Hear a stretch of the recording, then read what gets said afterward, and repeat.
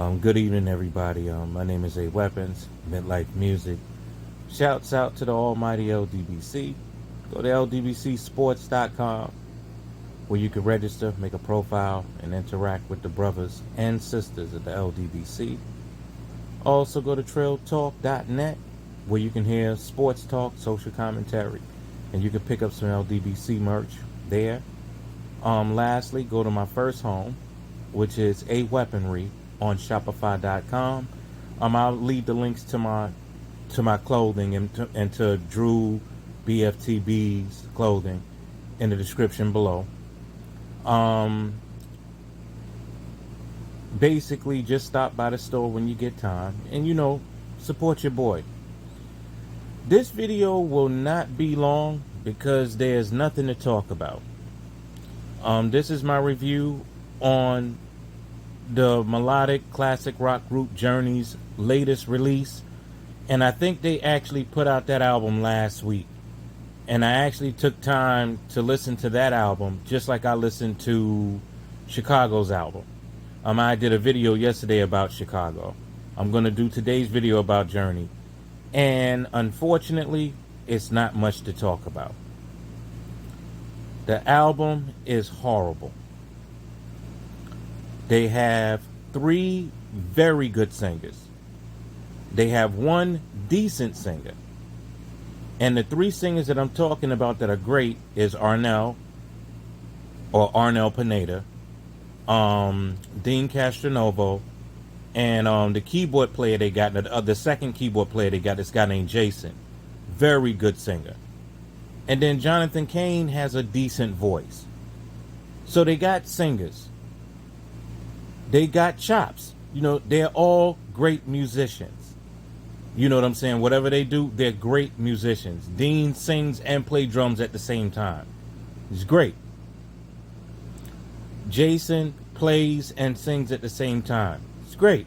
Same thing with Jonathan. And Arnel is a good lead singer. I don't think that he should have been the lead singer for Journey as far as musically, but now as far as business, great. Once again, great. That's where everything stops. Musicianship and singing. But those 2 things a great album does not make. You need good production, you need good arranging, and you need good writing. And these are the 3 elements that are missing in that album. That album has no direction whatsoever. Even with that freedom bullshit, it just has no direction. And just like Chicago, Journey is trying to follow the trend of putting filters on the tracks and on vocals.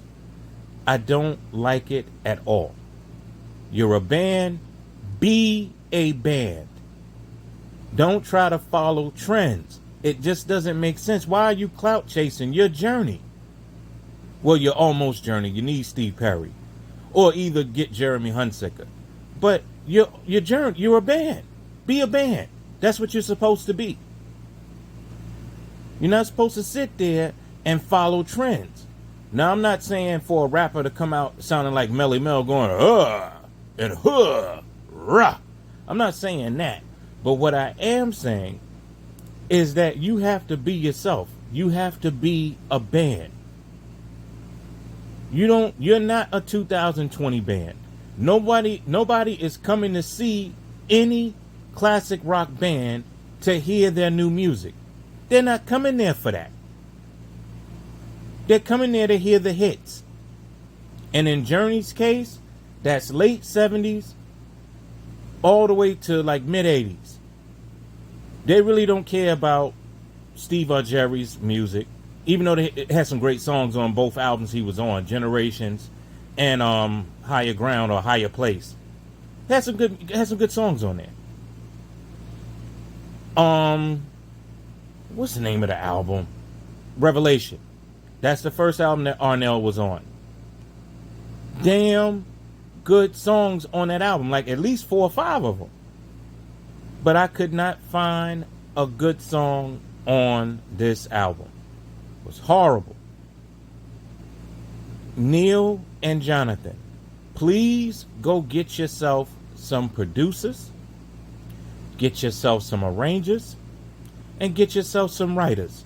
Bring in some new blood. So that way, you'll be able to hear your music from someone else's point of view and say, okay, if I were you, I would do this and do this. Okay, put this here and put this here. Because you still want to make a song for the radio.